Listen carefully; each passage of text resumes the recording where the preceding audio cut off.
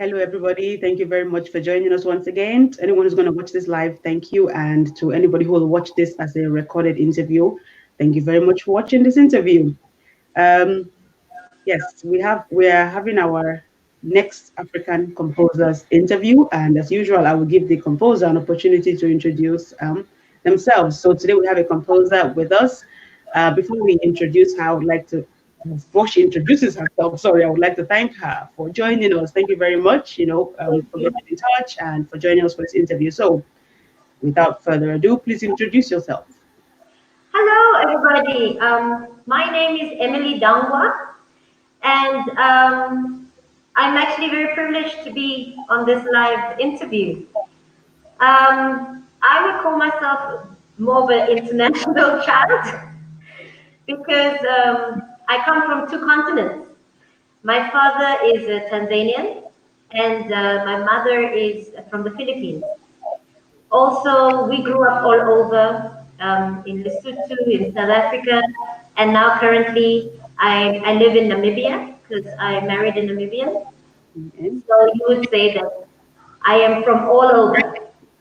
Um, I am a musician by birth, I would say, though I only discovered it after high school. When I went to college, then I realized it's really what I wanted to do. I wanted to do music. And I actually went to university to do my bachelor's in music with classical singing. And then when I got there, I fell in love with opera, Okay. which is, with an African father, he was in complete shock that was the route that I wanted to take. Because he couldn't understand what living will I make through music, and on top of that, opera in Africa. So yes, I went that route, and then, but I always had composing as something I did as a hobby. And Okay. the courses that we did at school, it's like music started to make sense, and those tunes we would just learn by ear and by passing on. You could finally put them down, you could notate them, and Okay. you found ways of teaching orchestras and bands what we were writing about, which just expanded my whole experience as a musician. So, yes, what can I say? I am excited about music. Okay. Thank you very much for giving us your background story and a little bit of your about your history. So it's good to hear how you started, what you initially wanted to do, and how you got involved in opera and became and accepted that you were a composer and you started to compose. So well done. Because of how short this interview is going to be, because we have to keep it strictly, to the time that we agreed because of other commitments Yes. you have going on. Good. I would just go straight into as many questions as we can cover during the Yes. interview, and I will hopefully will cover as many as I have here. You compose lullaby. Tell us about the lullabies that you compose. So Lullaby comes from a CD that I still want to finish, which I wrote for my twin boys. They are three now. But while I was still pregnant, I was 5 months pregnant. I just felt, I want to write about this experience. Whenever I compose, I write about the experience I'm in. I find that when it comes very fast. Then I can compose an album in a week. But when you're not inspired by your life experiences, then it just does not come. So I composed Lullaby at home. I was in my mom's house. And it's my firstborns, the twins. So I wanted to connect with them, but in a way that I understood, which is through music. And then I started imagining, okay, if they when they're born, I want them to remember me through something. So then I decided, okay, I'm going to compose a series of songs. So I composed the lullaby, and the interesting thing for me was when I was writing the lyrics, and I had to say, "Sleep, my baby," then I realized, yo, they too. Okay, so you had to adjust the word. from baby Yes, to yes. a fantastic. So it's good to hear about the lullabies that you composed and the inspirations. What else inspires you as a composer? You know, it's what I go through. You know, artists in themselves are highly emotional, and I think we were created this way because we supposed to take in everything that's happening and put it down in a way that other people can understand. But for us to be able to do that, we have to feel everything. We Okay. have to be in the other person's shoes so that we can write in such a way that that person can cry with you. So that's why we are so sensitive to life's issues. And for me as a woman, you know, women have incredible strength. We can take a lot of stress and pain at the same time and handle it. But there are times where it's so much that for me, the only way for me to get it out is through music. Okay. I know that So, sorry for cutting you off. It's no, just it's because fine. of time issues. I know that you get involved in other activities actually, involved in dance and exercise. Anybody who visits your timeline will see the activities that you get involved in. So you said when you sometimes feel you feel something, you want to express it and you choose to express it through music. Is that the best Yes, avenue for you? Not dance, not exercise, not cooking, not no. time. Everything else that you showcase. You know, the thing is, because let me be specific, not just music, as a singer. The best way for me to take up the emotion inside is to sing it because, you know, our instruments are in our body. So it's like screaming, but screaming in tune with lyrics. So I also play piano, but I play by ear, though I can read the notes for my right hand to learn my music. But I sit by the piano and I just start playing around with some tunes and I come up with lyrics. And it always stems with where I was. Like my first album was a cover album called Divine Blessing, but it was all Christian songs I had grown up with, and it was inspired by my mother telling me, or maybe forcing me, saying that I must give my talents to God before I take it anywhere else. So you If we started have with those that. religious mothers, we will understand this concept. Okay. And I thought, yes, why not? You know, these are songs that inspired me to do music in the first place. And in a way, it was like unlocking the doors to continue. So I did that as my first album. Then in my second album, I released Confessions of a Woman. And that album was inspired by my relationship life, dating, breaking up, forgiving, praying, you know, everything I had experienced. So I put all the songs I had written since I was 13 years till when I was 27. Oh, That was so all. So basically, my whole dating life in okay. one scene. Okay. And yes, yes. Go. No, go on. Go on. Sorry. Now in the lockdown period, I am working on my third album, which I want to call Faithful, which is actually inspired about my married life, being a married woman, you know, and a professional and, you know, a musician and all those things. Okay. Okay. That's interesting. Um, I want to talk about your relationship with other composers now, because you talked about relationships. Let's look at your relationships with other composers, especially composers in Namibia. There was an event, I believe it was last year, which involved the performances of works of composers from Namibia. It was themed around telling stories of Yes. Namibian composers. What is the community of composers in Namibia like? There seems to be a strong community amongst between certain composers. You know, to be honest, I feel I had to look for them. Composers are shy people. They introverts. They keep to themselves. And I came up with this idea of I want to showcase what Namibia has because I know it's there. It's just it's so hard to find. Then I met Esman Hindundu and Osmond Owase, Okay. which are composers, and Engelhard Unaeb. I hope I'm pronouncing that properly. And these are three of the most amazing composers that I have met in Namibia. Now, they are all Namibian classical composers. Okay. Now, what they have done with classical music and the native Namibian rhythms and language, for me, is amazing. You know, I sang Engelhardt's song cycle, the winter song cycle, and it was all in Damara. Now, Damara has so many clicks in it. It's almost like Xhosa, but more because it stems sort of from the Khoisan language. And we spent a month um, training my tongue how to pronounce without saying inappropriate things.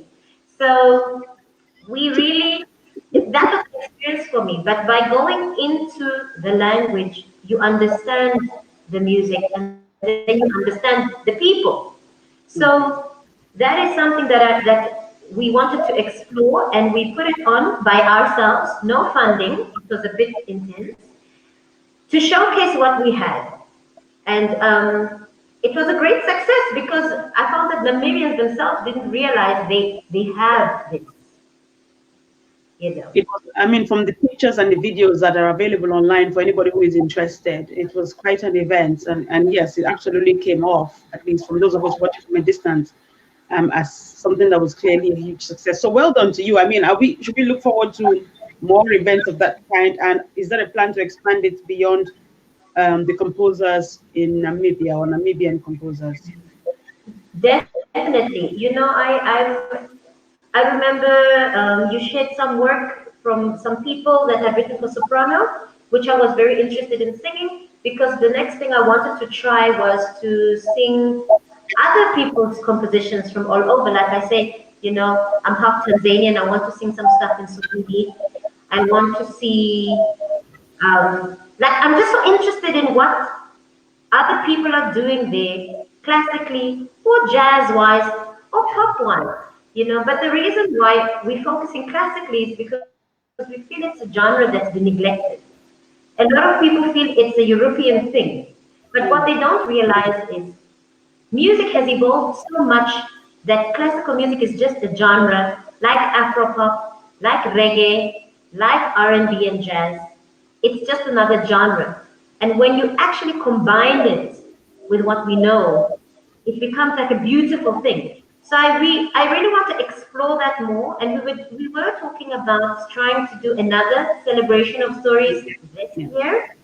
Okay. It's just now with what's happening, we're not sure, but it is in the pipeline. Okay. And how are you coping when we talk about what's happening? Speaking of the pandemic, how are you coping where you are? You know, it's not easy because to be honest, I really miss people. I miss interacting with people. I miss socializing with people because our work is also so people orientated. But now my academy has gone to online classes, so I teach online every day. The vocals, the piano, music theory, I teach online. And then I give online concerts. I try to do it once a We week. are going to talk about that. Very short ones. Um, and just to remind people that I'm still here, because art, unfortunately, is the first thing to suffer in something like this. Though we are there to encourage people, but it's not where people want to put money right now. People want to be able to at least eat and pay their bills. So we suffer. So to try to just keep ourselves going, I try to compose in this time, to restructure my plans on where to go, how to market myself. And also, in a way, it is a blessing because in our industry, things move so fast that you don't have time to think. You know, if you're teaching, composing, performing, then it's my family, my kids, I have to sleep, and the days just go and you just become a robot, you know, you just sing without warming up properly and So stuff this like is a good time to restructure.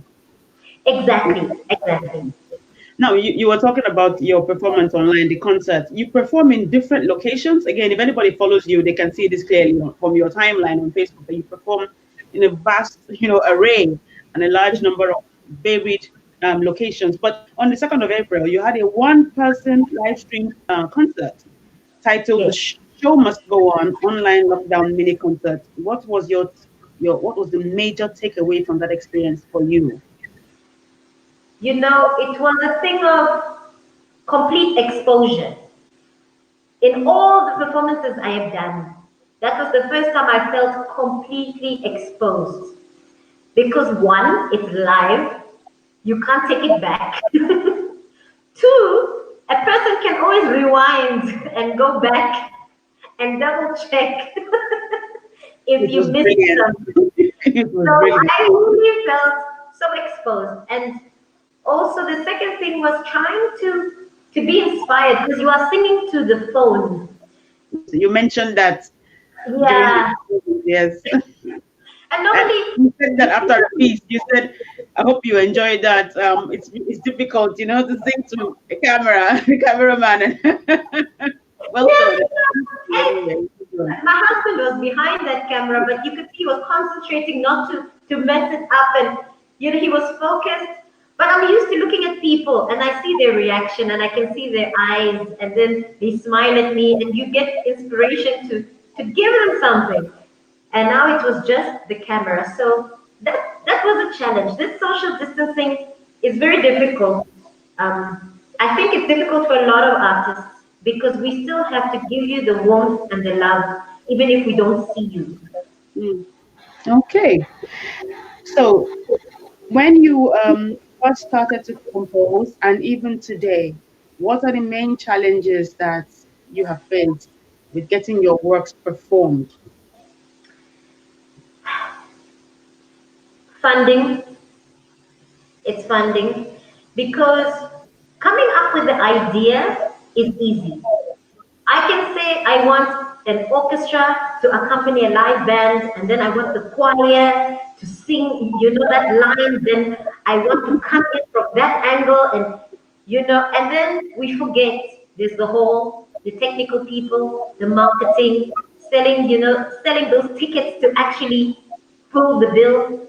You have to pay all those artists, and at the end of it, the bill is so high that we cut down our ideas to a piano and a singer. So you don't actually get to really showcase everything that you were thinking.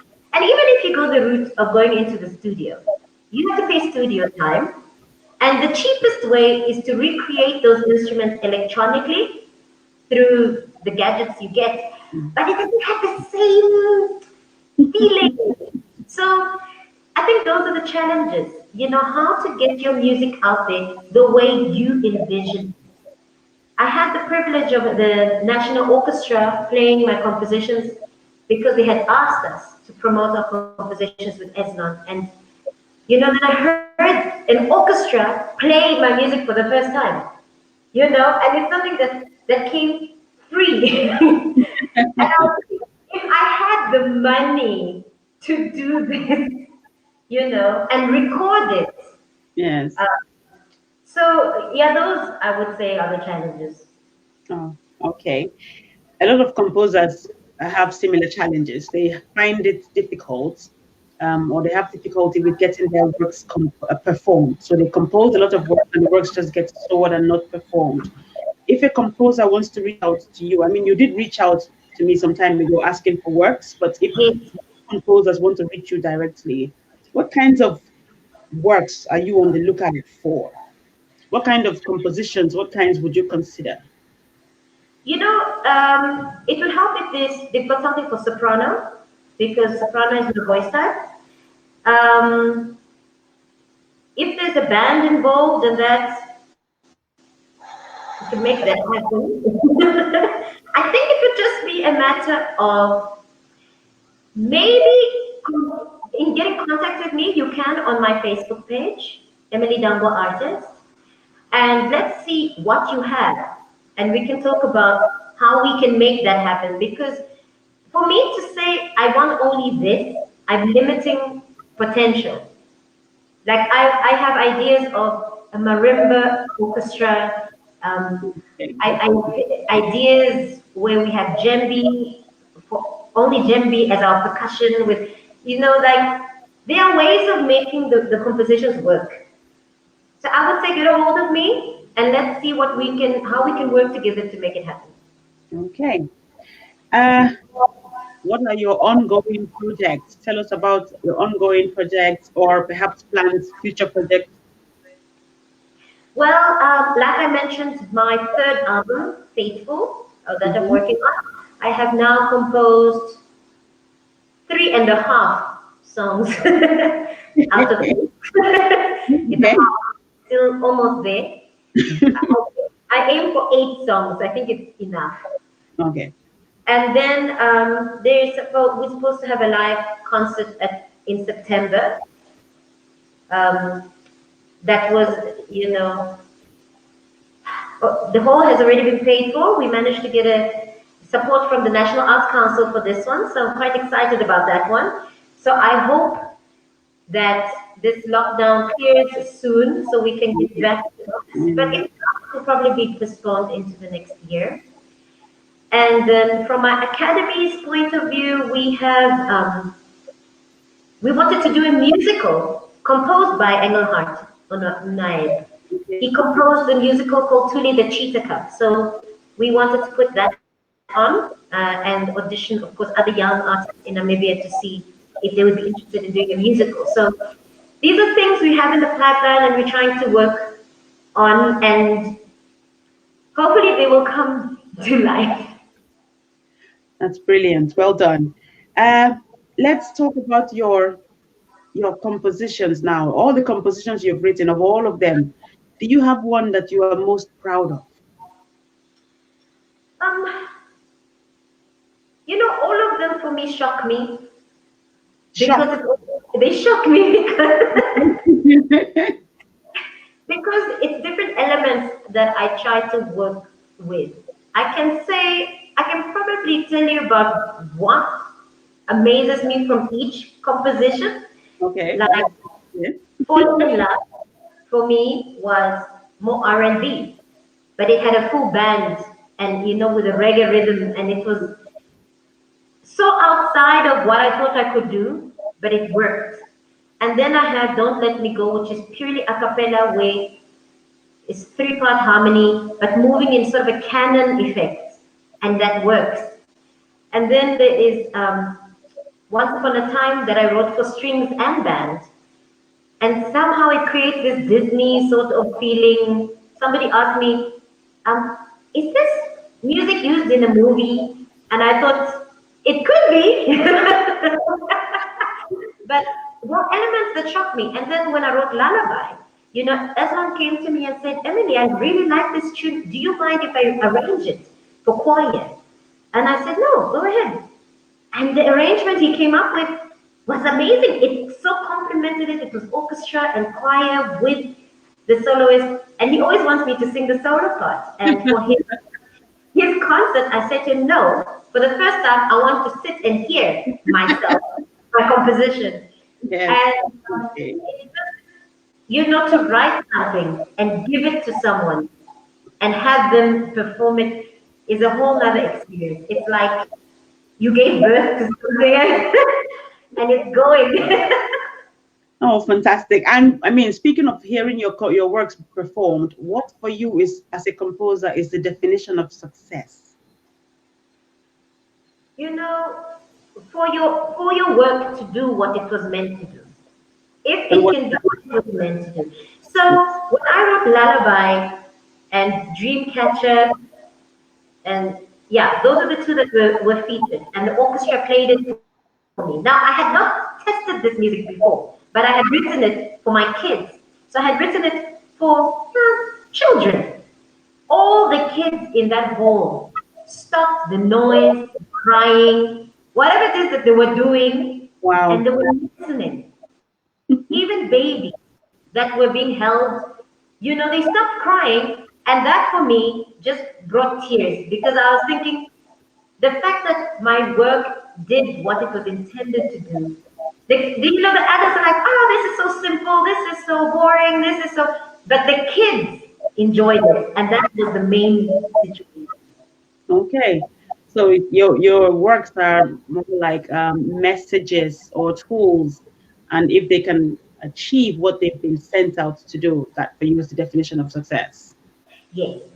Okay, and let's round up the interview now. We have about 5 minutes or so left. So, do you have any suggestions, advice, recommendations for African composers? You know, this platform is all about African composers generally. And you are somebody who has been around different parts of Africa, as you said earlier when you introduced yourself. So, do you have any recommendations for African composers?